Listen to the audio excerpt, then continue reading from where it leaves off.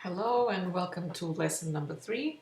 So today we will finally proceed from the topic of the avant-garde. So we have in the last two lessons I discussed extensively the origins of the 20th century avant-garde, of course with a little bit this focus on the still life, but also the idea, especially with the last lesson, was to give you an overview of each one of the avant-garde artistic movements and to try to give you a little bit also the historical, cultural, and political context in each one of these movements, and of course discuss the artistic movements and the aesthetic of each of these movements itself, to give you an idea of how each one of these movements produced specific artistic manifestations, which were of course interpreted differently depending on the country, on the context, and also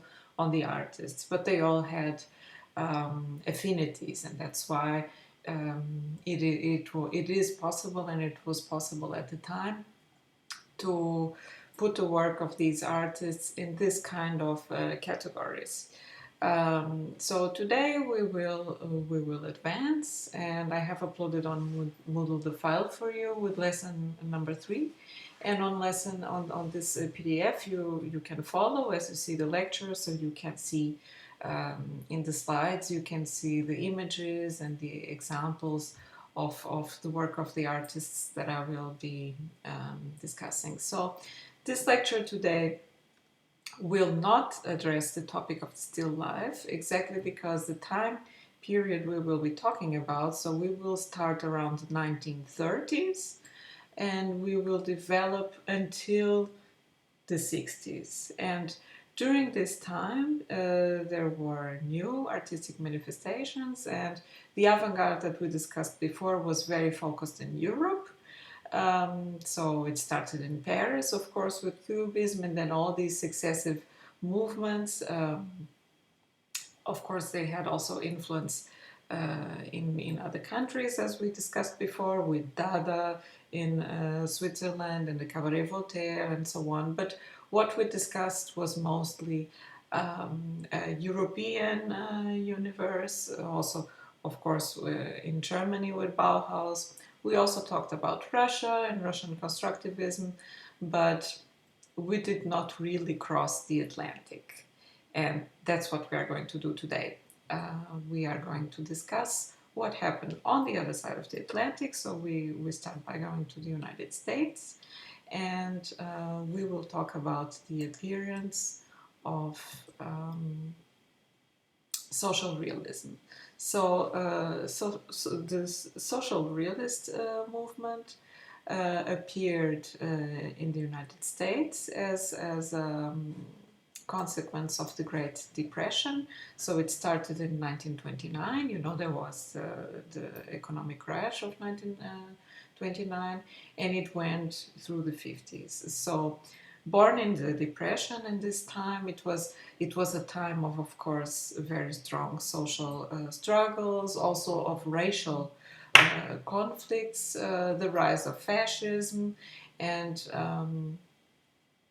also a lot of different political influences that were coming also from Europe and from Russia, and also there was also in Mexico a lot of new political manifestations through the influence of Marxism, so communism, and of course all these social movements were also making an influence in the American continent. So the movement of social realism explored both the artistic, so it was focused on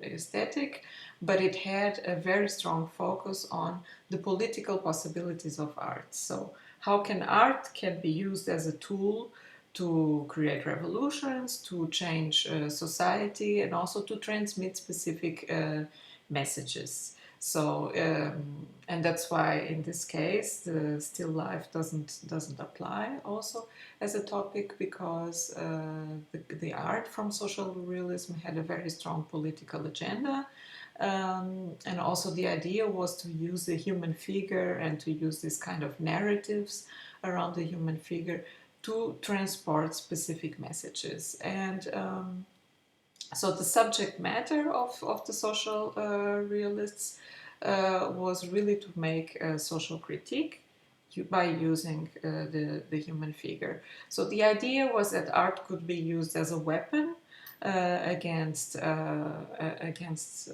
forces, social forces, for example, as capitalism, the idea of exploitation with social differences, also related to racism, and of course, it was a reaction against fascism. So different artists, for example, Isamu Noguchi, who had Japanese origin, showed how these social impacts had a direct impact in the human. So in his works, and you have an example, there were the topics which were addressed were, for example, social injustice and poverty, joblessness. So all these topics which dealt with human vulnerability, states of fragility, and also, for example, in this case of the sculpture, you can see, so lynched, you see a human figure which is hanged, and we have this very strong depiction of death. And death by lynching means that a mob or some kind of angry mob would have taken justice and would have made this or committed this kind of murder with a human figure. So this whole idea of imbalances of power and how these imbalances of power can negatively impact the life of the human, and especially the lives of those who, by being in a less privileged position, are more vulnerable to exploitation. So many of these artists were actually working for were employed by the government works project administration, and so it wasn't really an art that was completely anti the establishment, but it had focus to had the aim to really bring to attention of the public and to attention of society these specific issues. So the whole idea was to use the art to raise social awareness on these kind of issues, and often the commissions which were done were used in public buildings. So there was a lot of large scale mural painting that was to transmit this kind of narratives and also to show the values, so to say, of the state. This was pretty much the case in Mexico, where, for example, the paintings of Diego Rivera, who was Frida Kahlo's husband, had a very, very strong political and also social realist agenda. And you have also some examples in our slides of illustrations by Hugo Gellert and also William Groper, where you see this magazine, this publication, The New Masses. So the whole idea was to inform the new masses of these topics of social injustice. And so the artists who worked with these social realist topics, they worked a lot in the topic of illustration also. And often you see that the images have also a kind of satirical tone, so they criticized society, often also using humor or some references to caricature. So it was really the idea to change society by art and by addressing directly these political issues. And you have also some examples from Aaron Douglas. Yeah. Another movement or another tendency that appeared in the United States, in New York, was Abstract Expressionism. And this was the most influential post-war movement. So abstract painting, it was focused on abstract painting, and it borrowed some ideas from Surrealism in the sense that abstract painting also explores these automatism and emotional gesture and kind of unpredictability in the painting process. So not having a fixed idea, but using impulse and using emotion and very strong emphasis on spontaneous gesture and also randomness and accident to create the painting. So abstract expressionism started in the 40s and it was focused on painting. And in many ways it was very American, also in the sense that normally the scale was monumental and the whole idea was to show also through the scale and by having these large scale canvases where the artist could freely move. So, for example, using the floor to paint. Jackson Pollock, for example, was one of the most important figures of American abstract expressionism, who used non-conventional materials. So he used materials from household and also from painting, not necessarily in canvas, but painting on a building and string, and he developed a technique called dripping, in which he made a hole in the canvas and would use the gesture to move around the painting and drip and strings of paint and of color. So he was not painting precisely in this kind of hand-controlled gesture. So it was a kind of painting which used the whole body and the whole body in motion in a large surface to really express freely this kind of impulses, intuitions, and also a lot of emotion through the painting. So this, in the case of Jackson Pollock, there were also other abstract expressionist artists that used this kind of more spontaneous techniques.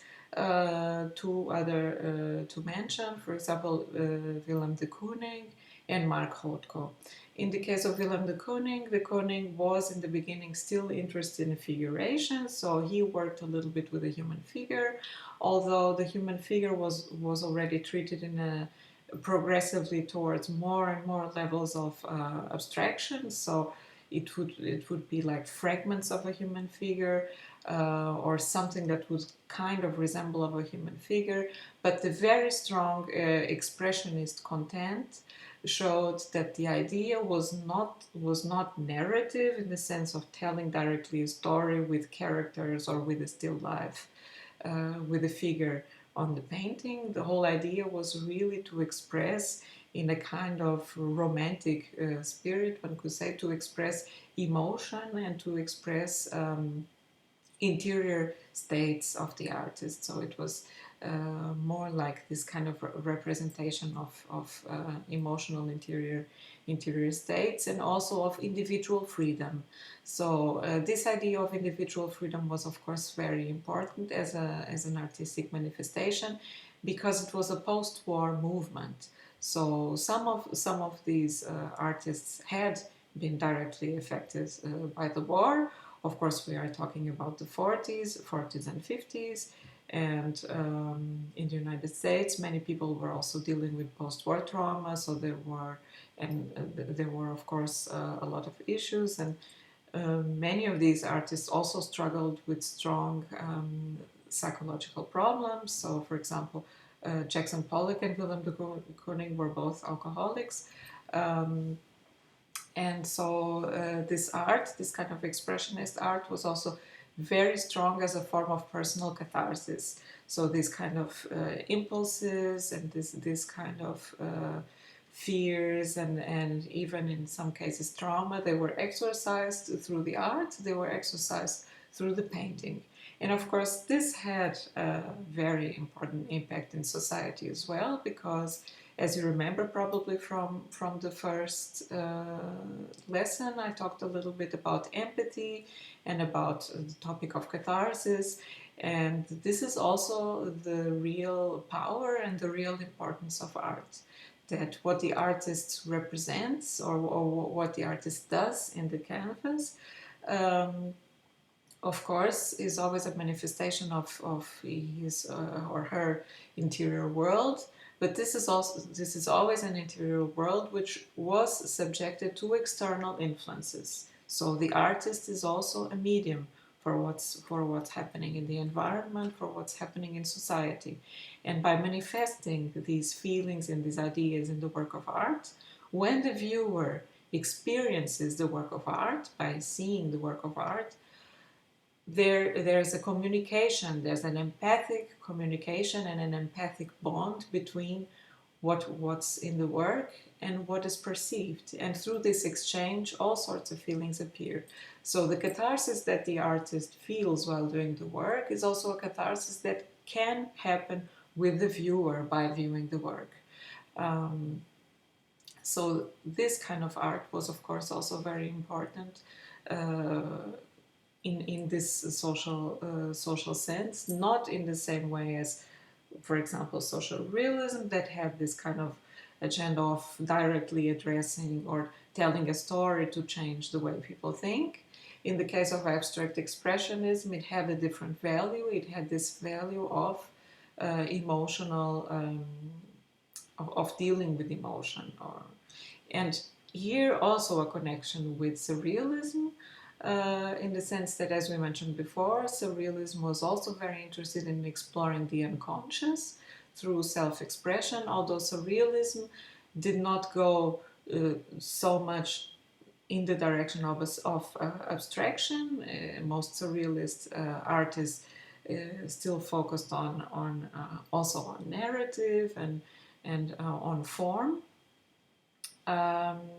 Although it opened the door for this exploration of automatism. And abstract expressionism picks up this idea of automatism, but leaves it in the form of abstraction, which means that the viewer also has a lot of possibility for subjective interpretation. And this means that the work of art is open. So often the paintings of Mark Rothko or Pollock or Vilem, they had titles, but sometimes they didn't have titles, but the titles often were just suggestive of a mood. They did not have very precise, often they did not have very precise meanings, so the whole idea was more to evoke, to give a feeling of some kind of landscape. So it was very open for interpretation from by the viewer as well. So you have some examples with, for example, Jackson Pollock, Guardians of the Secret, an earlier painting from 1943, where we can still see some figures that resemble a little bit human, and also some signs. Jackson Pollock was also interested in primitivism, and also in this idea of creating a language of signs. This would later be developed also by other movements that we will talk about today, Art Brut and informal art. But Jackson Pollock really developed more and more his art towards the creation of his own language in painting, and progressively more and more abstract. But in this painting, Gardens of the Secret, you still see an animal, a figure that resembles an animal, some figures that resemble humans, but getting more and more towards this idea of abstraction. And then you see later Full Fathom 5, and this is pure Pollock in his more mature state, where you really see absolute abstraction, so really the focus on emotion and on pure gesture, and also the use of color and of texture in the surface of the painting.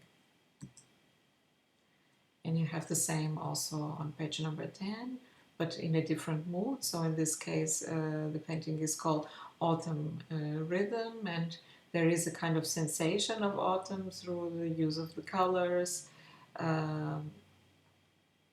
And what is interesting also about the paintings of Jackson Pollock is that from the moment that we know the technique and how he worked, we can look at the painting as a kind of seismograph. You know, a seismograph is this machine that makes a record of the movements of the earth to warn us if maybe to tell us, make a record of the activity, the movements of the earth, and this is used to predict earthquakes, for example.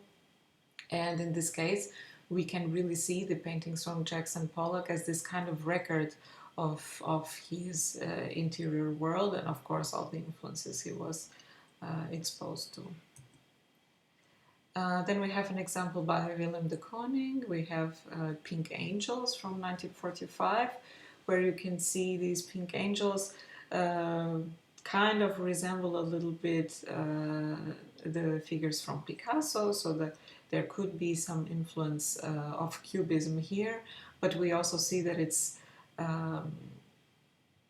goes already in a very abstract direction.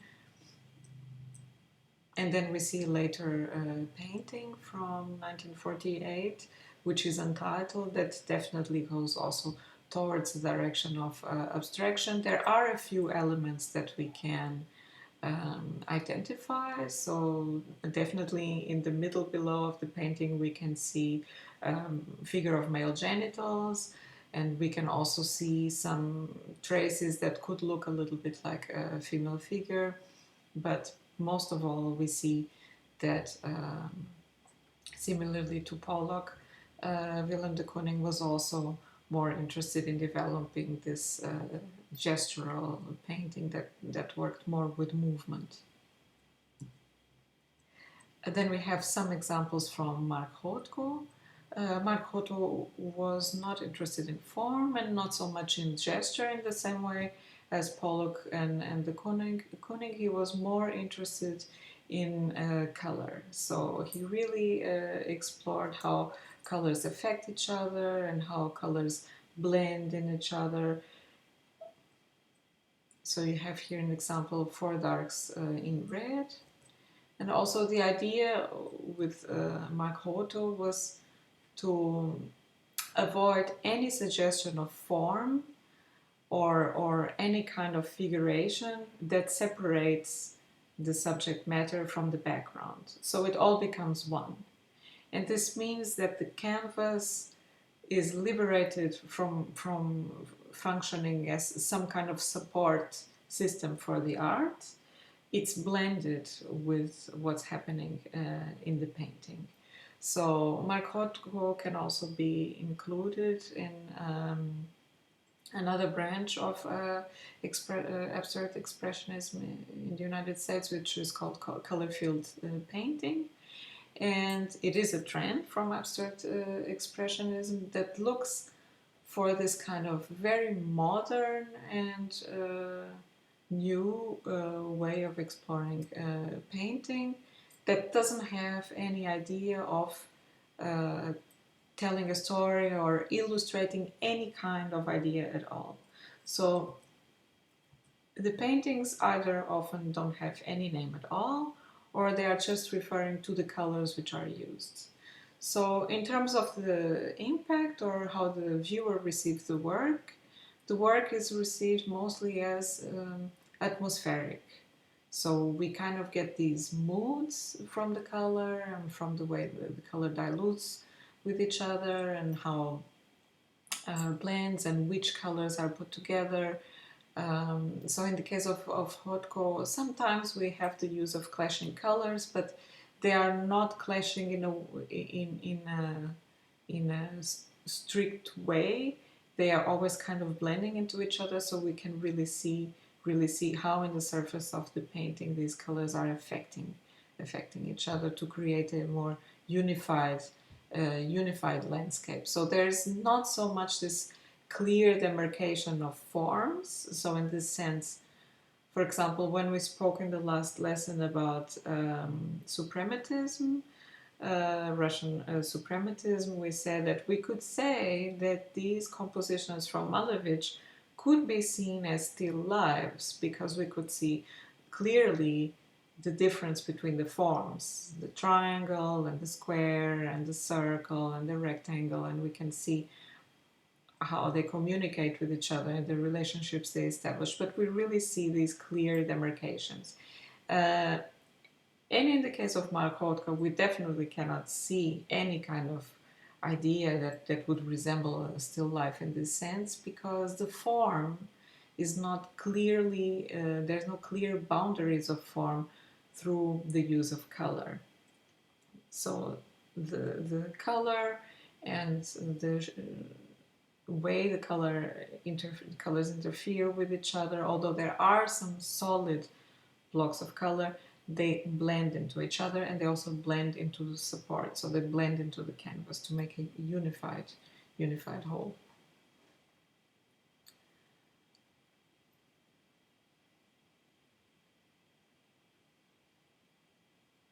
Also, an interesting detail about color field painting is that not only the way the canvas is treated so that it doesn't function as a support for the painting anymore, also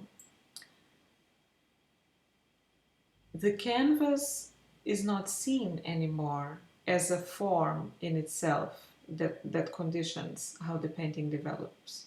So often what happens is that the canvas doesn't work as the limit or the boundary of what's happening in the painting, which means that the color also appears as if diluting the borders of the painting. So we have this kind of painting, which, by the way,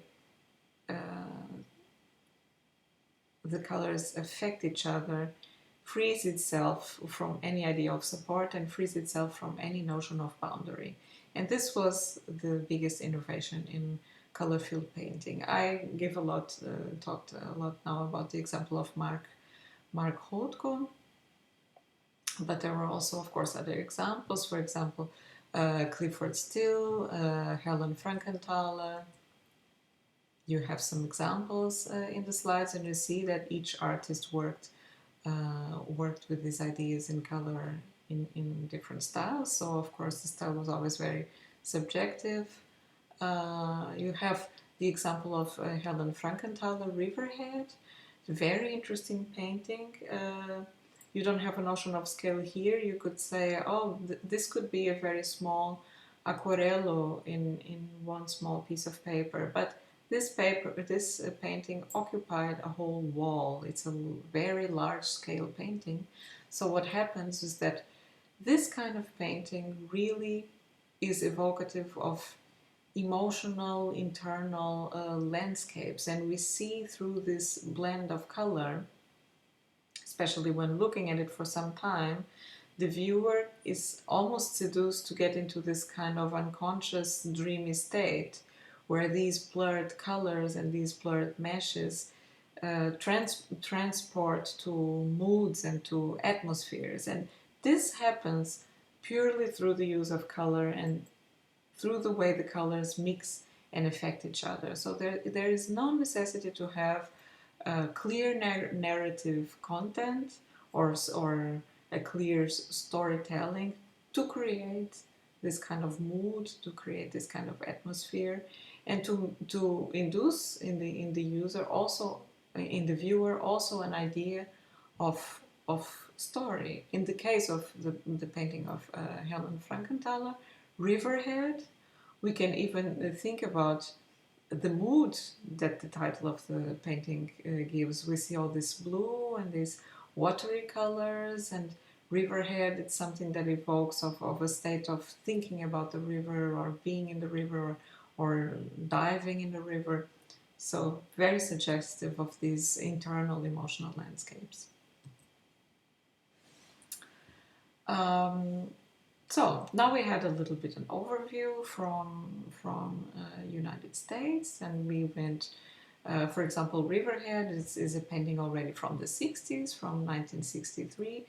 As I mentioned before, this trend from abstract expressionism started in the 40s, and it developed also through the 60s, and of course we cannot say that it disappeared completely. There's nowadays, of course, still artists who paint and who paint in this, you could say, abstract expressionist way.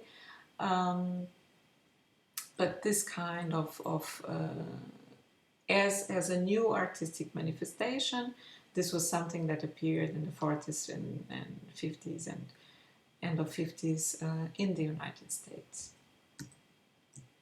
And now we return to Europe, and we will talk about a movement, another avant-garde movement, which is called COBRA, and was developed from 1948 to 1951. And so COBRA was an avant-garde movement, and it was started in 1948 by Christian d'Autremont. And COBRA comes from the name of the members' home cities, so Copenhagen, Brussels, and Amsterdam. So Co, BR, and A. Of course, it's also a cool name, COBRA, and it fits the spirit of the movement because COBRA had a bit of an anarchistic agenda. They wanted to work with the pure instinct in art, and their whole idea was really to go back to a childlike state of creativity. So to do painting and to do art in a completely uncivilized way of expression. So they were very interested in the drawings of children, and they were also very interested in automatism and the idea of the mythical, of primitive, also folklore and decorative elements, strong clashing colors, and also picking up this idea of producing art and doing art from a completely unbound or unrestrained desire. And here one could say, oh, but so they were also influenced by surrealism. No, they wanted to reject completely surrealism because they were not interested in this idea of surrealism as influenced by psychoanalysis, which was already a system. So COBRA was interested in a kind of artistic manifestation that rejects categorization, that is completely before any kind of idea, civilized or cultivated idea of art. So it really was looking for a unified idea of complete freedom of color and of form. And the artists were also interested in Marxism, so they were interested in these ideas of social equality and also of integrating the view of the child, or this kind of bringing back some kind of innocence and breaking hierarchies in society and in art, and showing this through the paintings. So the artists had different ways, of course, of expression. So you have some examples of Karel Appel, who wrote and proposed a little bit more about COBRA. They were interested in, as I mentioned before, children's drawings, primitive art forms, but also they picked up the work of avant-garde artists like Paul Klee, who we talked about in the context of Bauhaus. Although Paul Klee, in the context of Bauhaus, was very, very idiosyncratic. He was Swiss, and he had a very specific style, which when one looks at Paul Klee, one could also say, but this doesn't really fit Bauhaus so much. So Paul Klee was very idiosyncratic, and he was very interested also in primitivism and also in developing his own language of signs through painting. And this was something that was interesting for COBRA. Also, this kind of childlike representation of elements. You remember in the former lesson, there's this, I showed you, you have it in the slides, this painting of Paul Klee, this still life with a cat and with the Easter egg and the curtains. And we can see, for example, how the cat is painted in a way that resembles a little bit how a child would represent a cat. And we also see that there's absolutely no reference to perspective, there's no reference to proportion, and this was, of course, was not done completely by accident. It was an artistic choice, and COBRA was interested exactly in exploring this kind of idea of forgetting about any kind of rules in artistic representation and really returning to a completely new and clear state of artistic expression. Another artist that influenced COBRA was Juan Miró. I didn't give you examples from Juan Miró in the last class, but you have them now. Also some more from Paul Klee. And Juan Miró, a Spanish artist, he developed his own style also. Often Juan Miró is put in category of surrealism, but he's a kind of hybrid between surrealism and abstraction. So you could make some references to the work of Vasily Kandinsky, for example, but Juan Miró also had his very specific style, created his very specific language of painting, very idiosyncratic way of using of his own system of signs, with recurrent motives. And often what we see in the paintings of Miró is allusion to cosmic elements, but also the creation of a kind of very playful, childlike universe. And this was picked up by many artists who we will be talking about today. So now with COBRA and also the following ones. So the motto of COBRA artists was really to reject for specialization, civilized art, Renaissance art, and a focus on uncivilized forms of expression, which created a play between the conscious and the unconscious. So not like the surrealists who were very interested in the unconscious, COBRA wanted to incorporate the conscious also in the painting. So to start again like a child. This was the philosophy or the agenda of the COBRA movement. And also a fusion of art and life through experiment. So although COBRA had these rules of anti-rules, they were very interested in experimentation and trying out new possibilities for art. And of course they didn't use only painting, they also worked with assemblage and with painting in assembled objects, so transforming objets trouvés and putting them together to create a picture, but also painting in the picture. So they picked up, in this way, they picked up also some things from Cubism. And so you have some examples in the slides of the artists I mentioned before who were influential. So you have the Constellations by Miró, although this is a later painting, but it was recurrent motives. And two examples from Karel Appel.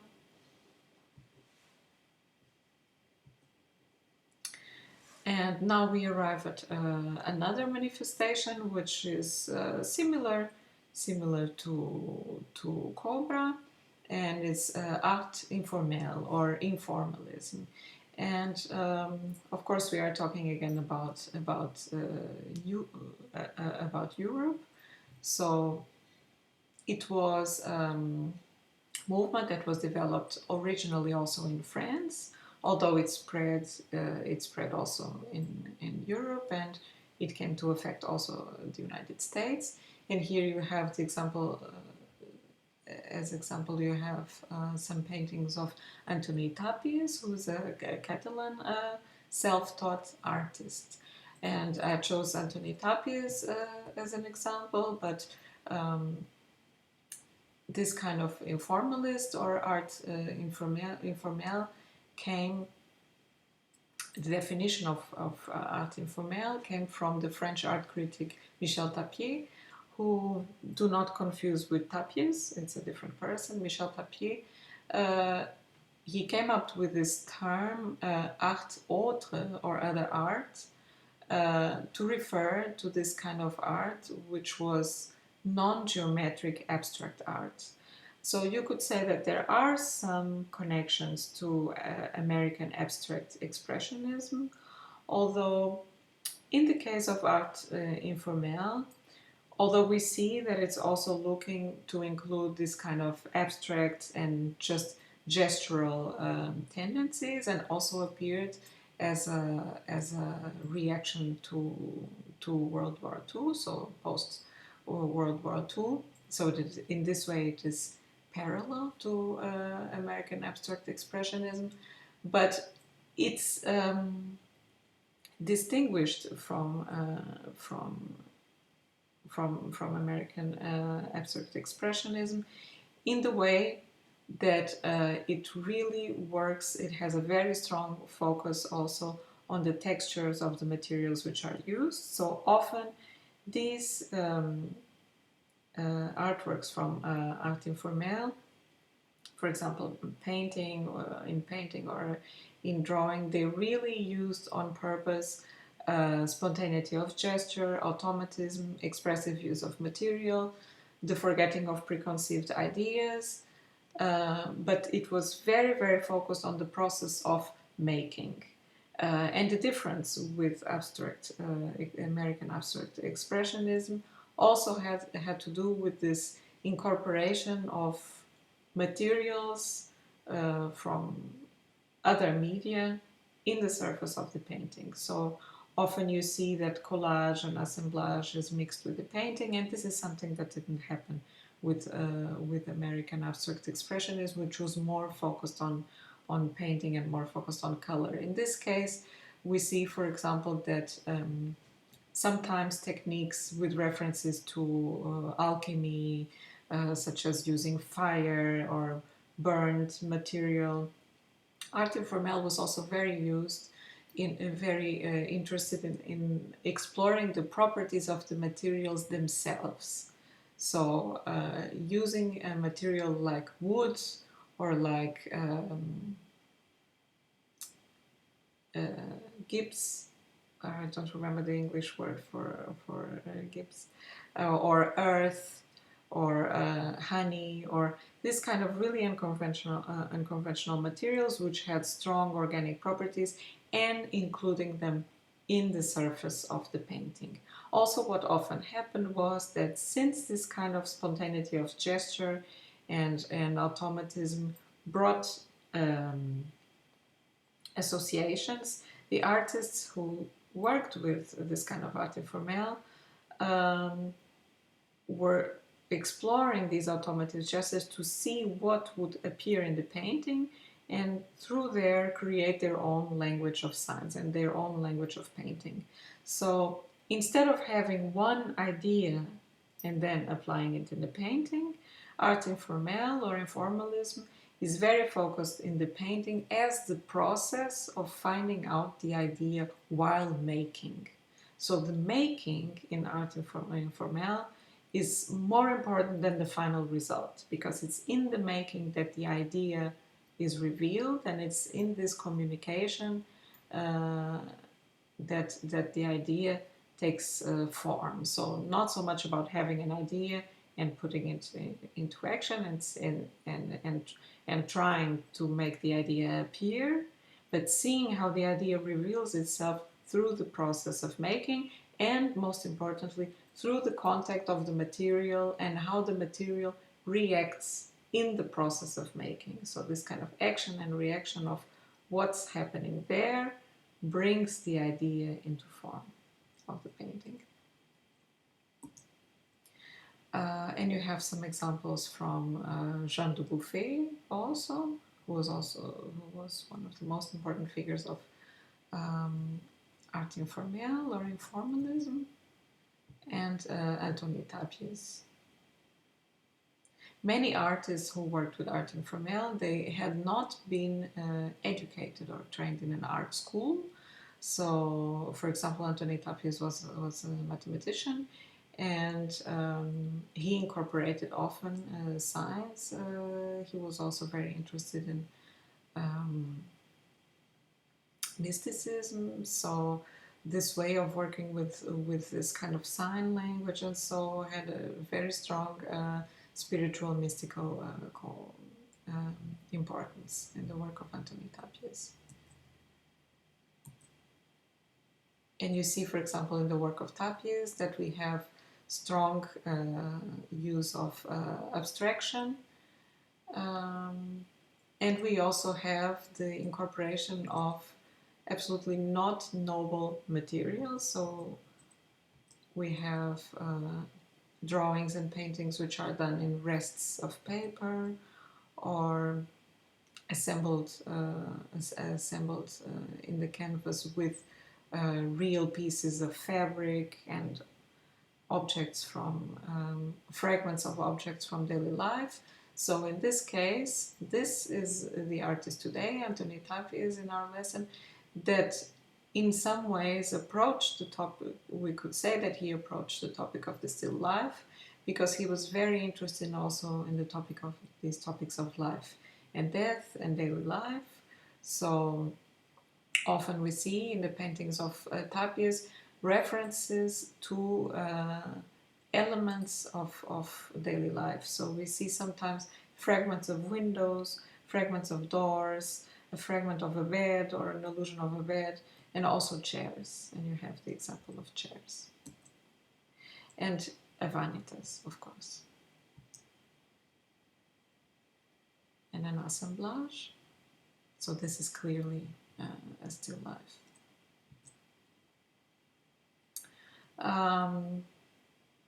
One example from art informal or informalism that we can say here from Germany is Vilem Baumeister, who also was very interested in primitivism and this idea of signs and to creating a language of signs.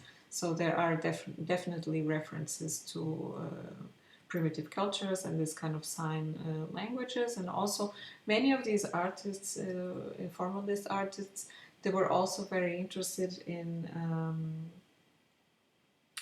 this kind of artistic drawings and engravings that were found in archaeological explorations.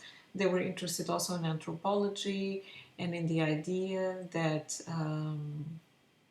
in shamanistic cultures, the drawing of a sign or the carving of a sign was not just something that was done with a pure aesthetic value, that it had a ritualistic and it had a metaphysical or mystical significance. So many of these artists were also interested in this aspect. And in the next lesson, we will talk a lot about the German artist Joseph Beuys, who was also influenced by this kind of informalism and also the use of immediate gesture, but also the creation of signs and the creation of a sign language through painting. Here, in the case of Vilem Baumeister, we definitely see the use and the creation of this system of sign language, but we see also that there are some parallels with Miro and also a little bit with Cubism. So in this sense, a little bit more formal. Another movement that one could say, but what is really the difference between art brut and or outsider art or art informel?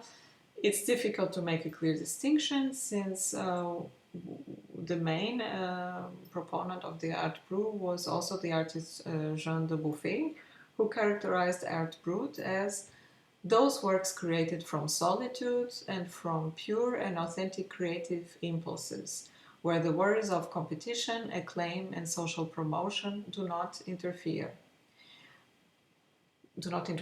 And because of these very facts, these works of art are more precious than the productions of professionals. After a certain familiarity with these flourishings, that get an exalted feverishness, lived so fully and so intensely by their authors, we cannot avoid the feeling that in relation to these works, cultural art in its entirety appears to be the game of a futile society, a fallacious parable. So this is a quote by Jean de Beaufet, where he is making a defense that Art Brut really has this value because it's completely outside of the mainstream way of learning and receiving art. And so outsider art or Art Brut is art which is done by self-taught or naive artists. And this also started in the middle of the 1940s. And the artist, French artist Jean de Beaufet, started with this idea because he was especially interested um, in the work of artists or people who developed art who had mental illnesses. So in the case of COBRA, when we talked about COBRA, COBRA was very interested also in this kind of spontaneity, but more into how children would produce these more spontaneous artistic manifestations. In the case of Art Brut, there was this clear interest in outsiders, so artists um, who were really producing a completely genuine expression, artistic expression, because it had not been exposed to any influences of culture. It was not as absorbed or assimilated in any kind of recognizable system or art movements, either because the artists did not want to or because they were not able. And this could happen because of social conditions or lack of opportunities, or it could also happen due, for example, to the case of mental illness. So many artists, Marcel Duchamp was also already interested in working with some of these ideas, and also um, Pablo Picasso and so on or André Breton from the Surrealists were also interested in this kind of idea of the more pure or less influenced by society forms of expression. But it was in the mid-40s that Jean de Beaufet really made this claim that art made by outsiders, could be collected and categorized as a form of art in itself. And you have some example from Jean de Beaufet, and we see also some references to this kind of primitivist way of approaching art, also very strong gestural component, not interested in form and not so much interested in pure abstraction either, so there is some allusions, some narrative component, but really approached in this very trying to break free from conventions. So in some way we could say that of course it has some references to Picasso, but Picasso was always very close in his formula of picking up something that was clearly an appropriation from the topics of old masters, although reinterpreted with this kind of primitivist influence. In the case of Jean de Beaufet, he was really trying to go as much as possible to some kind of source of expression, a primitive, primal source of expression. And we have also you have also in the slide some other examples of outsider artists who were, in this case, of Adolf Wolfli, who had a very complicated history of mental illness, but also physical and psychological abuse as a child. He was also arrested and accused of being a molester himself. And he was working in a mental hospital when he was discovered by the doctor who was following him, and who encouraged him through art to represent and create his own world. So he created these very elaborate illustrations of, we could say, labyrinths with fragments of musical notations and also of text. So also very idiosyncratic work. You have two examples. And now we arrive at the 50s with Neo-Dada. So Neo-Dada, of course, as the name suggests, is picking up Dada. And as you remember from the original Cabaret Voltaire Dada attitude of the beginning of the 20th century, the whole idea of Dada is to make questions, to break the rules, and to test the boundaries of art. So Neo-Dada was born in New York City when Abstract Expressionism in painting had become already an absolute academic institution. So it was very popular, it was something that one could say, it defines an American style, the American style of painting, or what can be recognized in a comparison or in as distinction from the European avant-garde and so on. So these new artists who participated in Neo-Dada, which was a pretty loose movement, so with a lot of openness for different interpretations, they really wanted to open up again the possibilities of making art. So they picked up Dadaist ideas from Marcel Duchamp, and they picked up this idea of an open artwork, which is proposed by the artist but completed by the viewer. And again, now the topic of the still life appears, because Neo-Dada brings back also the interest in form, and it brings again all these techniques which were proposed, for example, with Dada, the collage, assemblage, appropriation, objet trouvé, and puts them all together to create new art forms. So some of the artists who started this Neo-Dada movement were Jasper Johns, Robert Rauschenberg, and also in music John Cage, and in dance Merce Cunningham. So these artists were also very, very interested, although they were interested in form, so they were not interested in abstraction. They were at the same time really interested in randomness and in chance. And they used it on purpose to create artworks that could focus on the audience. So again, like in Dada and Cabaret Voltaire, the idea was also to incorporate the audience and often the live reaction of the audience into the work. There was also the beginnings of, again, bringing up performance art again.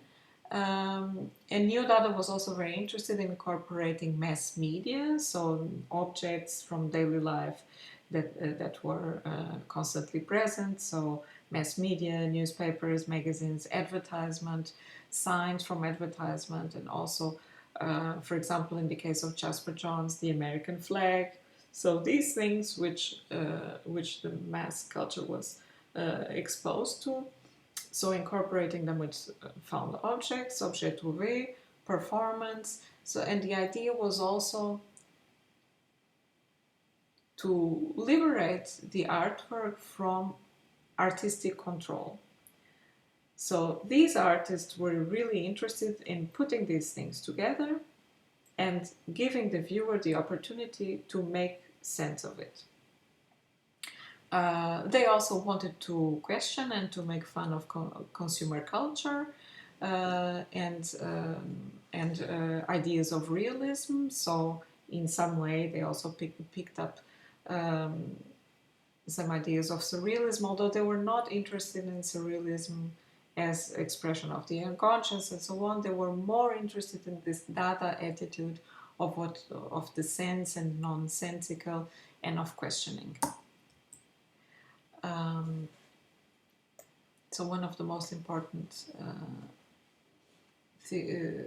proponents of Neo-Dada in the United States was Alan Caprow, who was very important in the beginnings of performance art. We will talk about the next lesson. and they were called happenings. So it was also this idea of changing through society, through art and through action, and by making questions. And you have here on page 36 reference from a citation from Alan Capro. This everyday world, so the world of daily life, affects the way art is created as much as it conditions its response.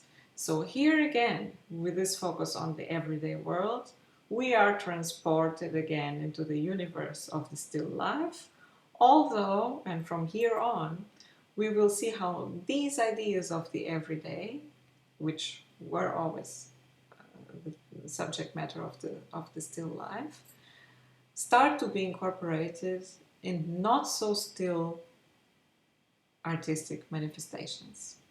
So although you can see the painting you have here, Jasper Johns, the flag, the American flag, you can see it as a still life.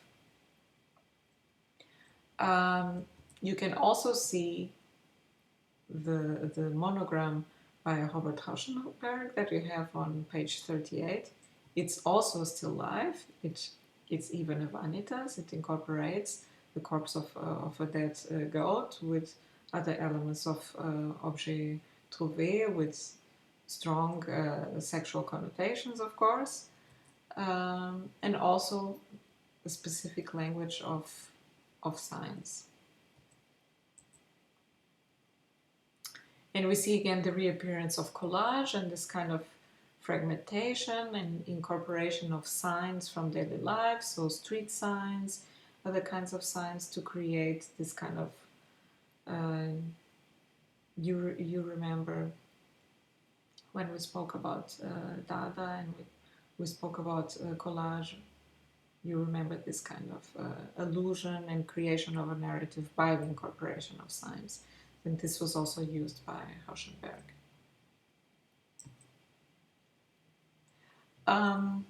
Another two movements, and we will fuse them now together because they happened simultaneously,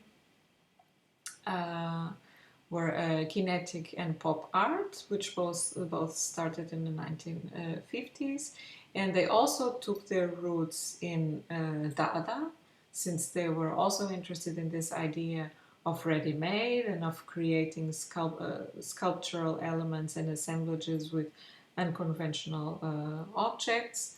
But they were very interested in geometry and also picked up some references from constructivism. So kinetic art, basically it's an art that depends on movement to have effect. So one example from artists who worked with kinetic art was Alexander Calder, who worked with these mobile sculptures. We have here in Stuttgart one example of a sculpture from Calder, although this one is not a mobile, but it works with the idea of movement. And you see that, for example, these mobile from Alexander Calder somehow also remind us a little bit of the paintings of Miro. So this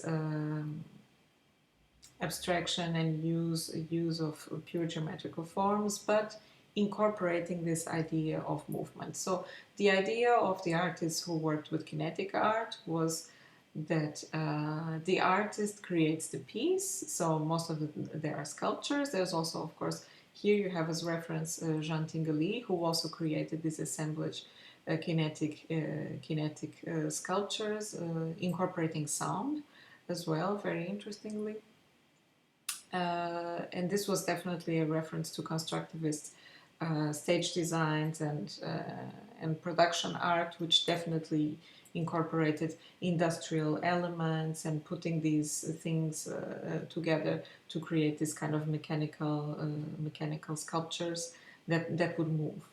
But in the case of both Alexander Calder and Jean Tinguely, the idea was that the artist, by creating these sculptures, was also in a way working as a choreographer, because since the sculptures move, the artist is also designing the movements and the way these sculptures react. and they can react to different kinds of things that make them move. So it can be air, it can be human impulse, or it can be mechanical components that make the, or sometimes gravity and elements. So another artist that also worked with kinetic art was Neo-Dada, in this case Kinetic Sculpture, where you see more the illusion of movement and not necessarily movement itself. And here you could make some references not to constructivism but more to futurism. So in futurism we had the sculptures of Boccioni that had already this very strong idea of movement in the form, and now Gabo of course works in a much more abstract way, but also picks up this idea of movement.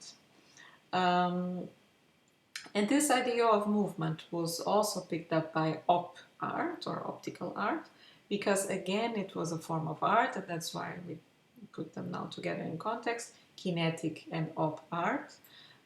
Because they're interested in human perception, in exploring through the art the mechanisms of human perception.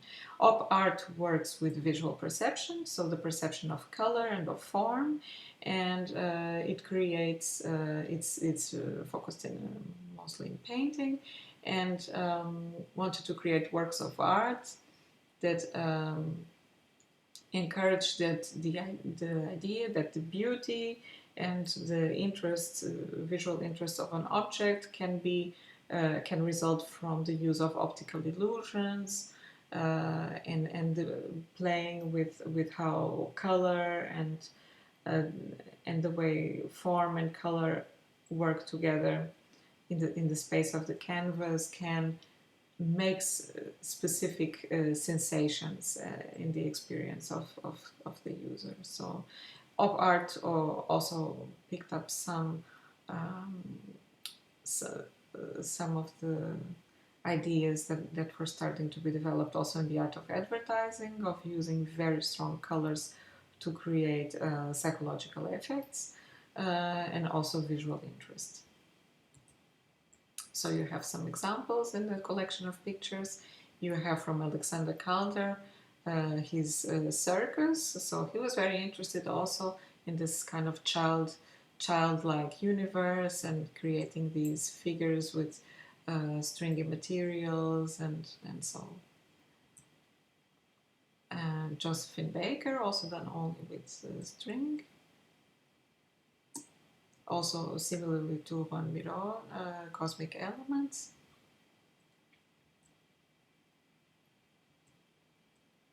You have some examples from Neo-Dada. You see a completely different approach, but also working with these ideas of pendulum, but more precise metaphysical explorations of the topic of movement, and also exploration of geometries. And Jean Tinguely.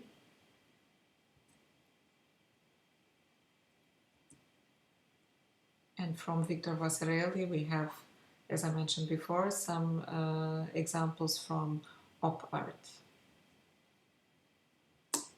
And if you're interested in op art, you can still go to Kunstmuseum here in Stuttgart, and it's still possible to see the exhibition Vertigo, where you have a very comprehensive collection of artwork which was designed and imagined to give you very strong sensations.